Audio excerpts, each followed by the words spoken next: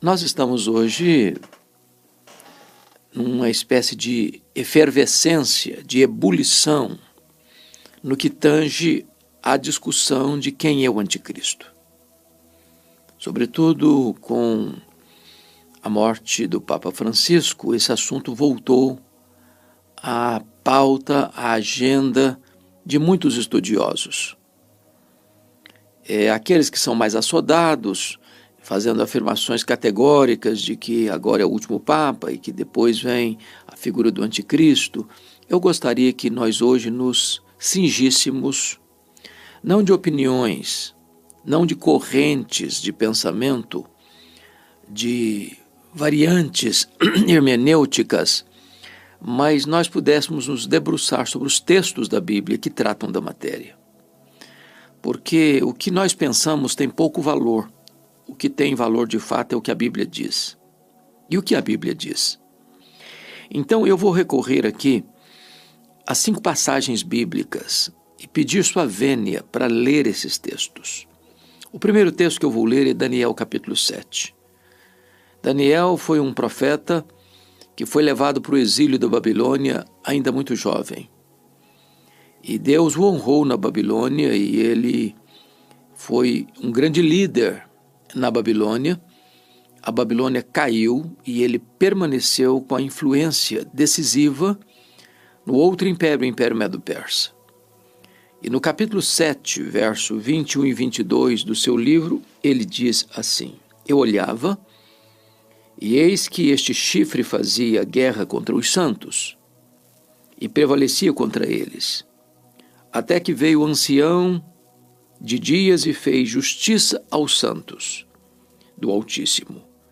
E veio o tempo em que os santos possuíram o reino.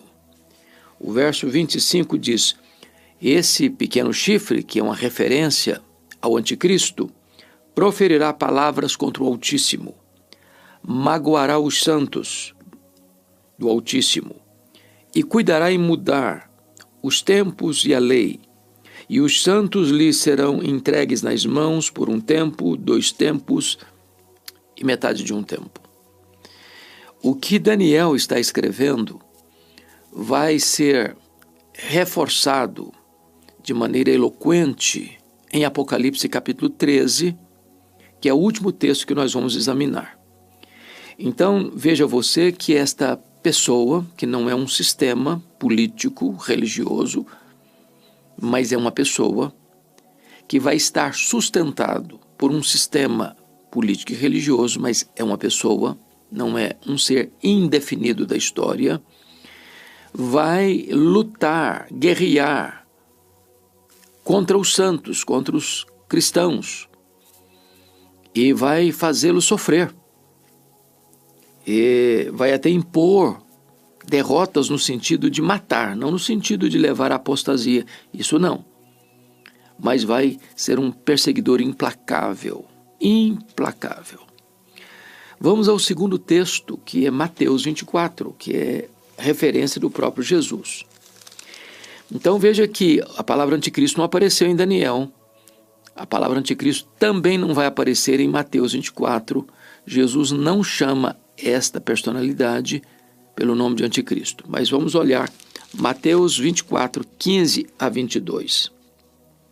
Palavras do próprio Jesus. Quando, pois, virdes o abominável da desolação, então Jesus chama o anticristo de o abominável da desolação, de que falou o profeta Daniel, portanto, Jesus está se referindo ao que Daniel falou e acabamos de ler. No lugar santo, quem lê entenda, então os que estiverem na Judéia, fujam para os montes. E quem estiver sobre o eirado, não desça a tirar de casa alguma coisa. E quem estiver no campo, não volte atrás para buscar a sua capa. Ai das que estiverem grávidas e das que amamentarem naqueles dias. Orai para que a vossa fuga não se dê no inverno, nem no sábado. Porque nesse tempo haverá grande tribulação, como desde o princípio do mundo até agora não tem havido, nem haverá jamais. Não tivessem aqueles dias sido abreviados, ninguém seria salvo. mas por causa dos escolhidos, tais dias serão abreviados. Então vamos entender aqui. Jesus faz uma superposição de imagens de tempo. Ao mesmo tempo que ele está falando do abominável da desolação, que é o anticristo, ele introduz, para ilustrar como será a vinda do anticristo, o ataque que foi feito em Jerusalém no ano 70. A invasão do general Tito Flávio, que cerca a cidade, que depois invade a cidade, que destrói a cidade, destrói o templo e dispersa os judeus. Então, ele está mostrando que, assim como teve a invasão de Jerusalém, e antes dele, lá no IV século, Antíoco Epifânio profanou o templo, agora Tito Flávio vai também profanar o templo, que vai destruir o templo e queimá-lo.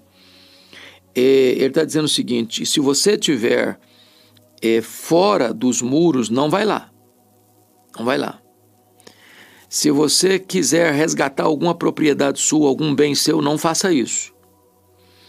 Ainda estiverem grávidas, por quê? Porque a grávida não consegue correr, fugir às pressas, como cerca de 1.000 judeus fugiram de Jerusalém e se abrigaram lá às margens do Mar Morto, na fortaleza de Massada. As grávidas não poderiam fazer isso porque não teriam condições de correr do exército inimigo. Também ele disse: olha, você deve orar para que não aconteça num sábado, porque no sábado não podia fazer longas caminhadas. Dentro da tradição deles, eles quebrariam a própria lei deles e eles teriam dificuldade de consciência para isso. Deveriam orar para que não seja no inverno, porque também no inverno as temperaturas baixam a temperatura abaixo de zero e a caminhada seria muito mais difícil, muito mais complexa. E agora Jesus retorna ao anticristo para dizer que haverá naqueles dias, agora ele não está fazendo referência à invasão do ano 70, por Tito Flávio, mas sim referência ao anticristo, dizendo que haverá grande tribulação. E essa grande tribulação, ela tem uma peculiaridade: nunca teve antes igual, nunca haverá jamais depois igual, ou seja, é uma tribulação singular, grande, intensa, terrível, avassaladora. A Bíblia usa 4 expressões para esse período: a grande tribulação, a apostasia, a manifestação do homem da iniquidade e o pouco tempo de Satanás. Vai ser um tempo terrível mesmo. O texto está dizendo: não tivesse sido abreviado aqueles dias, ninguém se salvaria, mas por causa dos escolhidos, tais dias serão abreviados. Então, a tribulação é tão forte que ninguém resistiria a essa tribulação, ou seja, todos morreriam. Mas por causa dos eleitos de Deus, porque nenhum eleito de Deus vai perecer, o anticristo não vai conseguir arrancar nenhuma ovelha das mãos de Jesus. Esses dias foram abreviados. Então, esse é o registro que Jesus Cristo trata sobre o anticristo, que ele chama aqui de o abominável da desolação, no seu sermão profético, que está relatado tanto em Mateus quanto em Marcos, também em Lucas. Então vamos agora ao terceiro texto que trata da matéria, que é 2 Tessalonicenses capítulo 2. Então vamos para lá. A Bíblia aberta aí comigo, vá acompanhando aí. 2 Tessalonicenses capítulo 2, a partir do verso 3 até o verso 12. Então eu vou ler com você. Vamos fazer o seguinte: vamos ler a partir do versículo 1 para a gente pegar o contexto melhor. Irmãos, no que diz respeito à vinda de nosso Senhor Jesus Cristo e à nossa reunião com Ele, nós vos exortamos a que não vos demovais da vossa mente com facilidade, nem vos perturbeis, quer por espírito, quer por palavra, quer por epístola, como se procedesse de nós, supondo que tenha chegado o dia do Senhor. Do que ele está falando?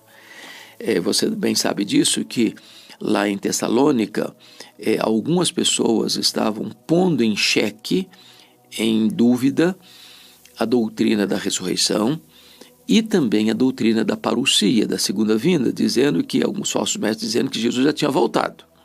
Tá? Então, Paulo está dizendo: não entra nessa não caia nessa lorota não entra nessa canoa furada não acredite nisso não. Aí ele agora começa o texto que nós queremos, a partir do verso 3.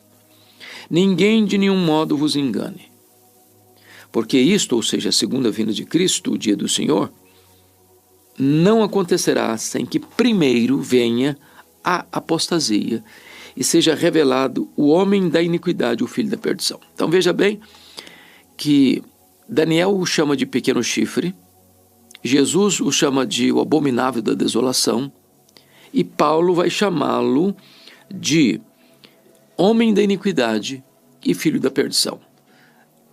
É a mesma pessoa com titularidades diferentes. Paulo está dizendo que a segunda vinda de Cristo vai ser precedida por dois fatos: a apostasia, uma apostasia profunda, extensa, e vai ser precedida também pela manifestação do homem da iniquidade, o filho da perdição. Então, ele é o filho da perdição, ele é o homem da iniquidade. Quando diz que é o homem da iniquidade, é muito importante entender também. A palavra aqui é anomos no grego. Nomos é lei, anomos é sem lei.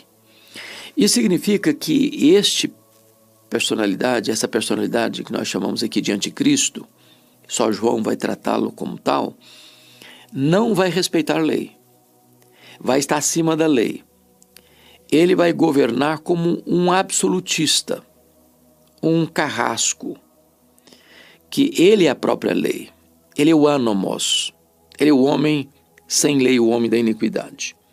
Agora vamos ao versículo 4. O qual se opõe e se levanta contra tudo que se chama Deus, ou é objeto de culto, a ponto de assentar-se no santuário de Deus, ostentando-se como se fosse o próprio Deus. Então veja você que vai ser um inimigo figadal, avassalador, truculento, daqueles que confessam o nome de Cristo. Ele vai querer ser adorado como o próprio Deus. Ele vai exigir e requerer veneração, adoração das pessoas. E vai perseguir de maneira truculenta aqueles que se recusarem a adorá-lo. É isso que Paulo está tratando aqui. Se opõe e se levanta contra tudo que se chama Deus. Ele vai ser o arqui-inimigo de Deus. Por isso ele é o anticristo, contrário a Cristo, e tenta se colocar no lugar de Cristo. Paulo prossegue e diz assim: não vos recordeis de que ainda convosco vos costumava dizer essas coisas? Paulo já tinha passado por lá em Tessalônica, que era a capital da província da Macedônia, a terra lá de Filipe, da Macedônia, de Alexandre o Grande.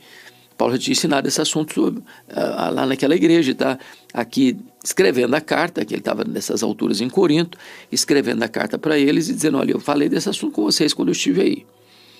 E agora ele diz assim: e agora sabeis o que o detém, para que ele seja revelado somente em ocasião própria. E eu queria que você percebesse mais uma coisa. Versículo 7. Com efeito, o mistério da iniquidade opera e aguarda somente que seja afastado aquele que agora o detém. Então, tem duas coisas aqui: o que o detém e aquele que agora o detém. Então, tem uma coisa que é indeterminada e uma coisa que é pessoal. O que é uma coisa, é uma situação. Quem é uma pessoa. Então, o que o detém e quem o detém. Já que nós estamos falando de um ditador de amplitude mundial, o que o detém é o sistema legal. Quem o detém são as autoridades constituídas. Porque os países têm suas leis, têm suas normas, têm sua constituição, têm seu aparato jurídico, têm seu aparato de cortes que fiscalizam as leis e colocam em execução aquilo que se distorce para voltar ao propósito da legalidade. Então, nesse sistema não teria campo, espaço para um ditador mundial. Então, ele é detido por isso. Essa é a análise dos melhores exegetas na compreensão do que é o que o detém e quem o detém. Agora, Paulo diz que o mistério da iniquidade opera, ou seja, esse espírito do anticristo, essa preparação para esse cenário do levantamento do anticristo já está operando, já está, essa máquina já está posta em movimento. Aí diz o verso 8: então, quando ele se manifestar, será de fato revelado o iníquo. Aí sim ele vai se apresentar, revelado o iníquo, a quem o Senhor Jesus matará com o sopro da sua boca e o destruirá pela manifestação da sua vida. Então, o anticristo não vai ser um ditador derrotado por forças humanas, por exércitos humanos, por armas convencionais.